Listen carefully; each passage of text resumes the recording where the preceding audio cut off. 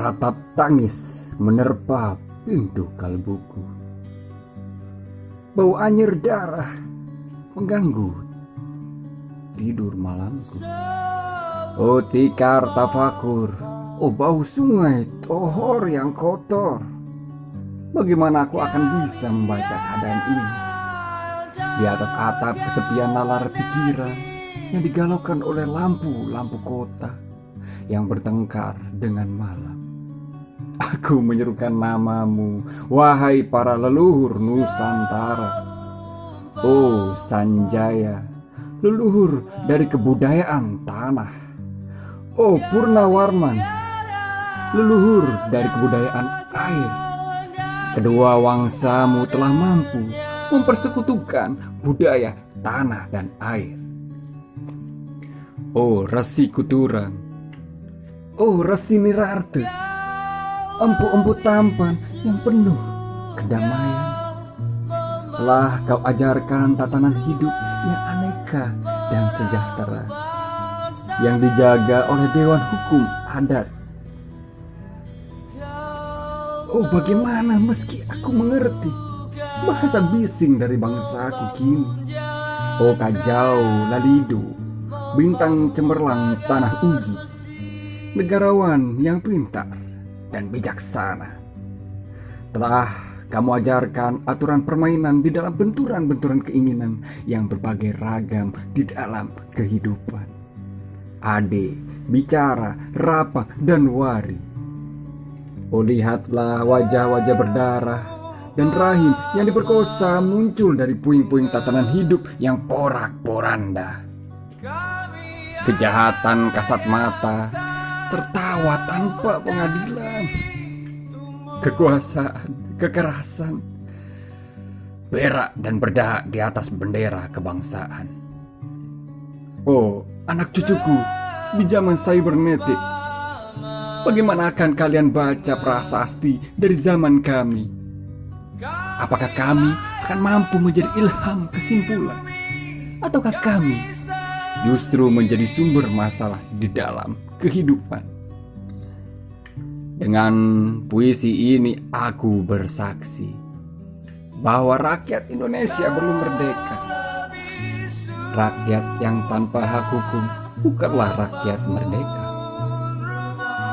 Hak hukum yang tidak dilindungi oleh lembaga pengadilan yang mandiri adalah hukum yang ditulis di atas air.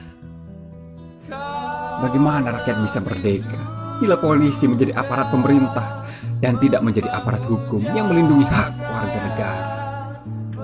Bagaimana rakyat bisa merdeka bila birokrasi negara tidak menjadi abdi rakyat, melainkan menjadi abdi pemerintah yang berkuasa? Bagaimana rakyat bisa merdeka bila hak pilih mereka dipalsu, tidak boleh memilih secara langsung? Wakil-wakil mereka di Dewan Peradilan dan juga tidak boleh memilih secara langsung camat mereka, bupati, wali kota, gubernur, dan presiden mereka. Dan partai-partai politik menganggap rakyat hanya abdi partai yang dinamakan massa politik partai atau kaula partai. Bagaimana rakyat bisa merdeka bila pemerintah melecehkan perdagangan antar daerah dan mengembangkan merkantilisme daendos, sehingga rela menekan kesejahteraan buruh, petani, nelayan, guru, dan serdadu berpangkat rendah? Bagaimana rakyat bisa merdeka bila provinsi-provinsi sekedar menjadi tanah jajahan pemerintah pusat, tidak boleh mengatur ekonominya sendiri, tatanan hidupnya sendiri, dan juga keamanannya sendiri?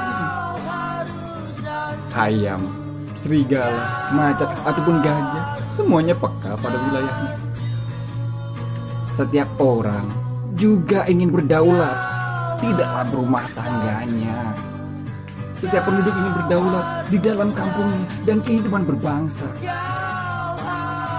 Tidak perlu merusak daulat kedaerahan. Hasrat berbangsa dan naluri rakyat untuk menjalin ikatan daya cipta antar suku yang penuh keanekan kehidupan dan memaklumkan wilayah pergaulan yang lebih luas untuk merdeka bersama. Tapi lihatlah selubung kabut saat ini. Penjajahan tatanan uang, penjajahan modal, penjajahan kekerasan senjata, dan penjajahan oleh partai-partai politik masih merajalela di dalam negara. Dengan puisi ini aku bersaksi bahwa sampai saat ini puisi ini aku tanda tangani. Para elit politik yang kedudukan ataupun yang masih berjalan tidak pernah memperjuangkan sarana-sarana kemerdekaan rakyat. Mereka hanya rusuh dan gaduh memperjuangkan kedaulatan golongan dan partainya sendiri. Mereka hanya bergulat untuk posisi sendiri.